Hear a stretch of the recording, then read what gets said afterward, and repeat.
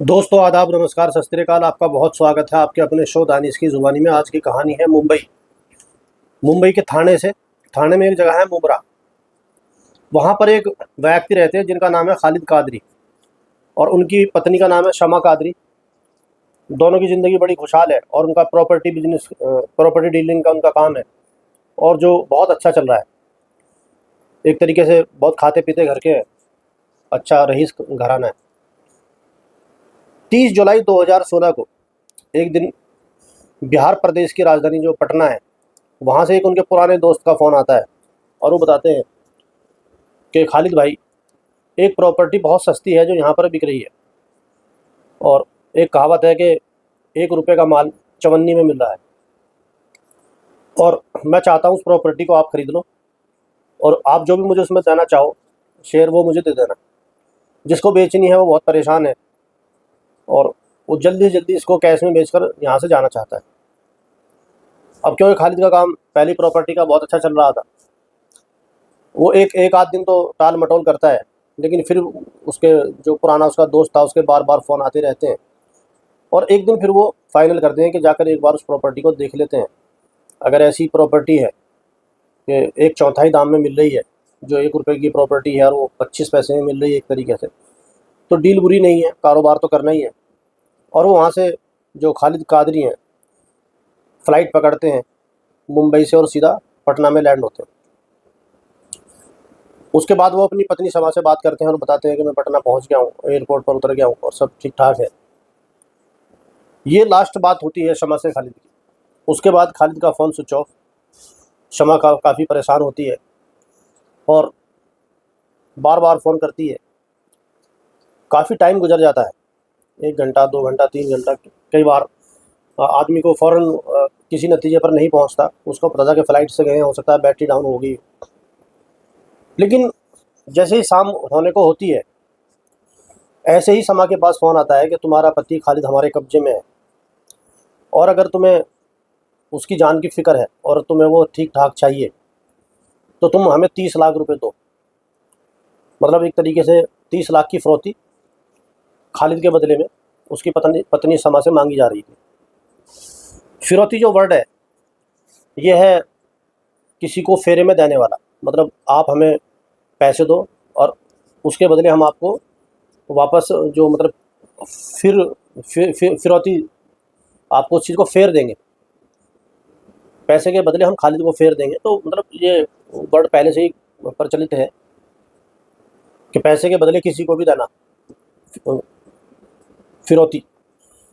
अब यहाँ शमा को जब ये जानकारी मिलती है कि उसका पति खालिद बदमाशों के कब्जे में है और वो 30 लाख की फिरौती मांग रहे हैं, तो जाहिर सी बात है उसके हाथ पैर फूल जाते हैं और एक तरीके से उसके पैरों के नीचे ज़मीन निकल जाती है और बहुत परेशान होती है। और वो जो भी उसके घर के मेंबर थे सबको बुलाती है और सबसे बताती है कि इस तरीके से यहाँ से खालिद फ़्लाइट से पटना गए थे और वहाँ पर जाकर उनका अपहरण हो चुका है और वहाँ से फ़ोन आया है कि 30 लाख रुपए दो, नहीं तो हम खालिद को जान से मार देंगे। अब ये देखकर शमा के आगे मतलब एक 2 तरीके थे। एक तो पुलिस को बताए, क्योंकि उन्होंने फ़ोन पर धमकी दी थी कि अगर तुमने पुलिस को बताया और हमें ये पता चल गया कि तुमने पुलिस को जानकारी दी है तो हम इसको जान से मार देंगे। अब शमा काफ़ी परेशान होती है, जो उसके परिवार वाले होते हैं सब बैठकर आपस में मशवरा करते हैं कि क्या करा जाए। अब क्योंकि अगर वो पैसे नहीं देते हैं तो खालिद की जान को खतरा है और अगर पैसे दे देते हैं तब भी ऐसी कोई गारंटी नहीं है कि वो उसको ठीक ठाक वापस फेर दें। तो वो दोनों ही चीज़ों पर आगे बढ़ती है शमा। उसकी सोच ये होती है कि उनको पैसे भी दिए जाएं और पुलिस को भी बताया जाए।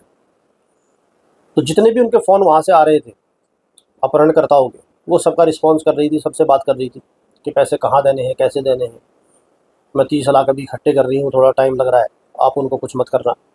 और उधर वो जो थाने पुलिस स्टेशन में जाकर ये सारी बात बता देती है। वहाँ पर जो थाने का पुलिस स्टेशन है उसका नाम है मुंब्रा। जो मुंबई में थाने है और थाने में जो पुलिस स्टेशन है मुंब्रा पुलिस स्टेशन में जाकर शमा कादरी सारी बात बताती है। अब पुलिस जांच करती है कहाँ से फ़ोन आया है, क्योंकि वो मोबाइल टावर कहाँ का है, तो वो अपने तरीके से जांच करती होती है और इधर शमा उनसे भी बात कर रही है कि ठीक है, मैंने पैसे जमा कर दिए हैं, बताओ कहाँ पे देने हैं।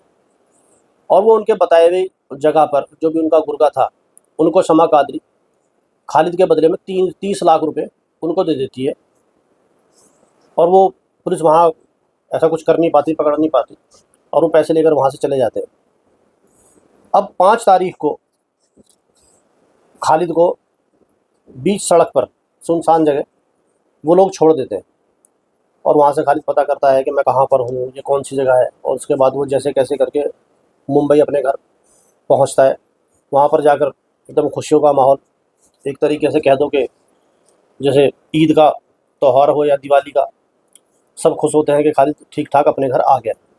अब ये सूचना पुलिस को पहुँचती है, तो जो वहाँ की पुलिस थी और जो वहाँ के बड़े अधिकारी थे, उन्होंने ये केस सीधा क्राइम ब्रांच को ट्रांसफ़र कर देते हैं वो लोग।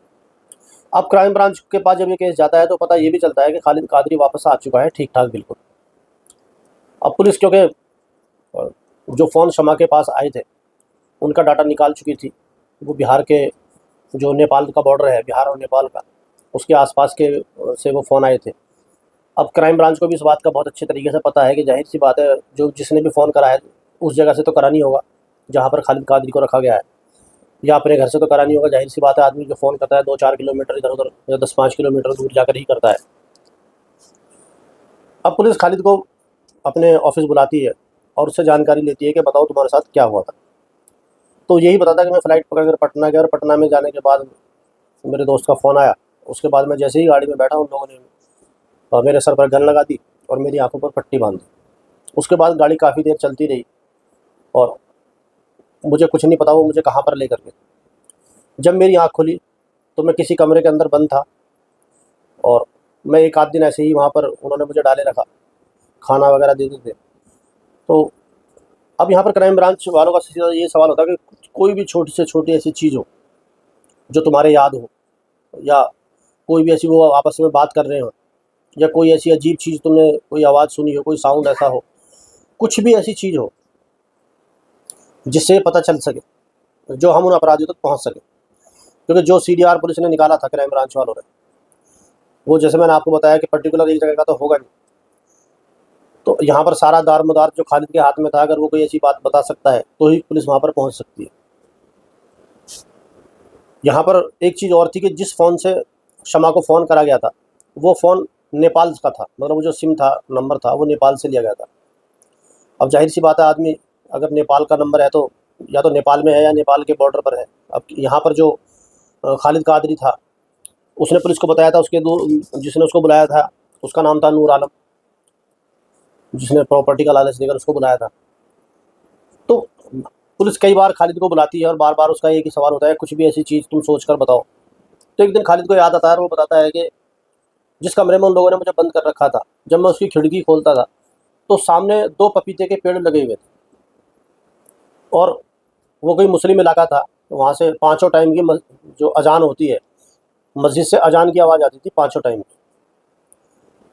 अब पुलिस के हाथ में 2-3 चीज़ें थी। एक तो ये था कि ज़ाहिर-सी बात है, अगर अजान की आवाज़ आ रही तो कोई मुस्लिम इलाका है, क्योंकि वो खालिद ने ये भी बताया कि बहुत करीब से ही आवाज़ आती थी, क्योंकि इतना अंदाज़ा आदमी लगा ही सकता है कि आवाज़ अगर आ रही है तो मस्जिद कितनी दूर होगी।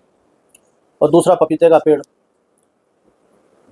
अब यहाँ पर पुलिस का जो खालिद से सवाल यही होता है कि अगर वो आवाज़ तुम्हें दोबारा सुनाई जाए तो क्या तुम उसको पहचान सकते हो? तो खालिद कहता है कि बिल्कुल पहचान सकता हूँ, क्योंकि मैं 30 जुलाई को वहाँ पर गया था और 5 अगस्त को उन्होंने मुझे वहाँ से छोड़ा है।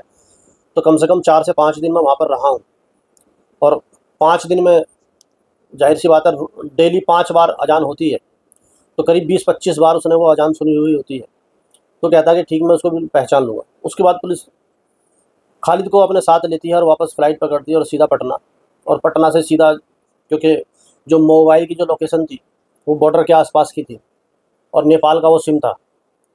तो पुलिस यही फाइनल करती है कि जो अब इतने बड़े बिहार में ढूंढना कोई पॉसिबल है नहीं, जो बिहार के जो नेपाल का जो बॉर्डर लगता है वहाँ पे जितने भी मुस्लिम इलाके हैं या मुस्लिम गांव हैं, वहाँ पर जाकर चेक करा जाए। यहाँ पर जो पुलिस के लिए सबसे अच्छी बात ये थी कि एक तो खालिद अजान की आवाज़ को पहचानता था, और उससे भी अच्छी बात ये थी कि अजान दिन में 5 बार होती है। अब एक ही दिन में कम से कम वो 5 गाँव घूम सकती थी। अब वो खालिद को लेकर जाती है गाँव में, वहाँ जो सुबह की अजान होती है फजर की, वो अजान हो रही है, खालिद उनको सुन रहा है ढंग से, ध्यान से अजान को सुन रहा है, और वो बताता है कि ये आवाज़, इनमें कोई भी आवाज़ ऐसी नहीं है, क्योंकि एक ही गांव में कई सारी मस्जिदें होती हैं। जो छोटा गांव है तो 5 मस्जिदें हैं, ऐसे भी गांव हैं जिनमें 20-20, 25-25 मस्जिद हैं। तो पुलिस खालिद को लेकर हर मस्जिद के पास जाती है और फिर अजान के टाइम का इंतज़ार करती है, क्योंकि अजाने का अपने टाइम पर ही होगी, एक वक्त होता है अजान का। तो जो सुबह की अजान है फजर की, एक बार पुलिस एक मस्जिद के पास है जहाँ 1-2 मस्जिद की आवाज़ आती है, क्योंकि जो मस्जिद पर लाउड स्पीकर लगे हुए होते हैं, वहाँ से ऐसा भी होता है कि एक मस्जिद में अजान हो रही है और दूसरे मस्जिद की अजान भी लाउड स्पीकर से उस मस्जिद तक आ रही है। तो पुलिस का काम इसमें बहुत, मतलब एक तरीके से जो 5 टाइम की अजान है उससे पुलिस का काम बहुत आसान हो रहा है। अगर दिन में एक ही बार अजान होती तो जाहिर सी बात है इसी सर्चिंग में कई हफ्ते या महीने लग सकते थे। अब पुलिस हर मस्जिद पर जाती है, खालिद कादिर को सुनाती है, उसके बाद फिर दूसरी मस्जिद पर जाती है, तो एक ही अजान में वो 3-3, 4-4 मस्जिदों का सर्च कर रही थी। उसके बाद फिर दूसरे गाँव में जाती है, फिर खालिद से कहा जाता है कि अजान की आवाज़ सुनो। और इसी तरीके से वहाँ पे जो एक गाँव है पश्चिमी चंपारण, ये ज़िला है पश्चिमी चंपारण, तो वहाँ पे गाँव है सबीद व बव्वारा। तो पश्चिमी चंपारण ज़िले में खालिद को लेकर क्राइम ब्रांच पुलिस घूम रही है, और गाँव सबीद व बव्वारा में खालिद एक आवाज़ को सुनकर बोलता है कि यही वो आवाज़ है जो मैंने 4-5 दिन सुनी थी। अब पुलिस वाले कन्फर्म करते हैं कि और ढंग से सुन लो, कोई ऐसी बात है नहीं कि अगर दोपहर की अजान हो रही है, शाम को ऐसा होता है कि जो शाम की एक अजान होती है, एक दिन छिपने से पहले होती है और एक दिन छिपने के बाद होती है, और फिर उसके बाद ईसा की असर, मगरिब, ईसा, ये तीनों में कुछ ज़्यादा गैप होता नहीं है। मेरे ख्याल से तीनों ही अजान 2-3 घंटे गैप में हो जाती है। अब खालिद को पुलिस कंफर्म कराती है कि चलो अभी असर की अजान हुई है, दिन छिपने वाली हुई है, तुम एक और अजान और सुन लो। तो खालिद दूसरी अजान सुनता है और वो कंफर्म करता है कि यही वो आवाज़ है, क्योंकि कोई भी जो भी मौलवी अजान देते हैं सबका एक अलग तरीका है अजान पढ़ने का, क्योंकि वर्ड तो सेम है, जो उसके शब्द बिल्कुल सेम है, कोई उसमें कोई बदलाव कर ही नहीं सकता, लेकिन एक ही चीज़ को मैं अलग तरीके से बोल रहा हूँ। जिस तरीके से आप गानों में भी देखेंगे, अगर मोहम्मद रफ़ी उसको गाने को गा रहे हैं तो वो अलग तरीके से हैं, किशोर कुमार गा रहे हैं तो वो अलग तरीके से गाएंगे, उसी गाने को अगर कुमार शानू गा रहे हैं तो उनका लहजा कुछ अलग है। तो खालिद उस लहजे को पकड़ता है और वो ये कन्फर्म करता है कि यही वो लहजा है, यही वो जो तरन्नुम है, और एक तरीके से यही वो चीज़ है।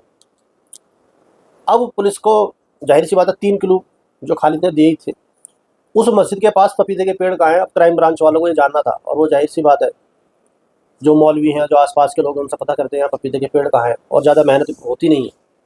और उस मस्जिद के थोड़ी दूरी पर पता लगता है एक मकान के अंदर 2 पपीते के पेड़ हैं। और जैसे ही खालिद को पपीते के पेड़ तक ले जाया जाता है, वो फ़ौरन वहाँ से जो उसका व्यू था कि किधर की तरफ से मुझे कौन सी साइड इनकी दिख रही थी, वो उस कमरे में खालिद उनको लेकर जाता है कि इस कमरे में मुझे रखा गया था। अब जाहिर सी बात है कमरा मिल गया तो अपराधी कहाँ जाएंगे। अब पुलिस फ़ौरन, जो क्राइम ब्रांच वैसे भी बहुत तेज़ होती है, अब क्राइम ब्रांच वाले पता करते हैं मकान है किसका। तो वहाँ पर पता ये चलता है कि मकान तो किसी और का है, लेकिन ये 2-3 आदमी हैं जिन्होंने इसको किराए पर ले रखा था। तो पुलिस उनका नाम लेती है, कहती है कि रेंट एग्रीमेंट दिखाओ। अब गांव में ऐसा रेंट एग्रीमेंट वगैरह होता नहीं, जान पहचान के लोग होते हैं। तो वहाँ मकान मालिक बताता है कि इसको एक तो नूर आलम, एक सैफुल्ला खान और एक इरफान खान, इन 3 आदमियों ने इसको किराए पर ले रखा था। अब क्राइम ब्रांच फ़ौरन जो लोकल पुलिस स्टेशन है उसकी मदद लेती है और वहाँ धरपकड़ शुरू करती है, और थोड़ी मेहनत के बाद तीनों पुलिस के गिरफ्त में आ जाते हैं। और जहाँ पर ये तीनों थे वहाँ पर वो कैश काफ़ी सारा वो खर्च कर चुके थे, उसमें से पूरा तो नहीं मिला। और वहाँ पर जो भी चीज़ें थी, जो नशे की या आपत्तिजनक चीज़ें थी, सारी पुलिस वहाँ से बरामद करती है, क्योंकि ऐसा पैसा आदमी ऐसे ही उड़ाता है, मेहनत का होता है तो थोड़ा सोच समझ कर चलता है। तो खैर सारी चीज़ें पुलिस बरामद करती है, और उसके बाद सीधा मुंबई, और तीनों अपराधी पकड़े जाते हैं। तो ये कहानी बड़ी अजीब थी, क्योंकि इसके अंदर जो खालिद का एक देखना था, और 2 पपीते के पेड़, और एक जो मौलवी साहब की आवाज़ और उनका वो लहजा, और मस्जिद का पास होना, और खालिद की पत्नी के जो क्षमा थी, उसने बहुत समझदारी दिखाई। दोनों तरफ से वो सहयोग कर रही थी, पुलिस को भी सहयोग कर रही थी, और क्योंकि उसको ये पूरी फ़िक्र थी कि अगर पति ही नहीं रहा तो फिर पैसों का ही क्या होगा। तो उसने पैसे भी दिए और पुलिस को भी पूरा सहयोग दिया, जिससे क्राइम ब्रांच ने बड़ी आसानी के साथ, और बड़ी इंटरेस्टिंग ये स्टोरी थी कि किस तरीके से एक छोटी से छोटी चीज़ को लेकर तो खालिद के दिमाग पर दबाव डाला गया और उसने वो सारी बातें बताई और ये सब के सब पुलिस की गिरफ्त में आ गए। तो ये थी आज की कहानी। उम्मीद है ये कहानी आपको पसंद आई होगी और इस कहानी में आपकी क्या राय है वो कमेंट में ज़रूर बताएं। अब आपसे मुलाकात होगी कल शाम 7 बजे किसी दूसरी घटना के साथ। तो जब तक अपना और अपनों का बहुत ध्यान रखें। बहुत बहुत धन्यवाद।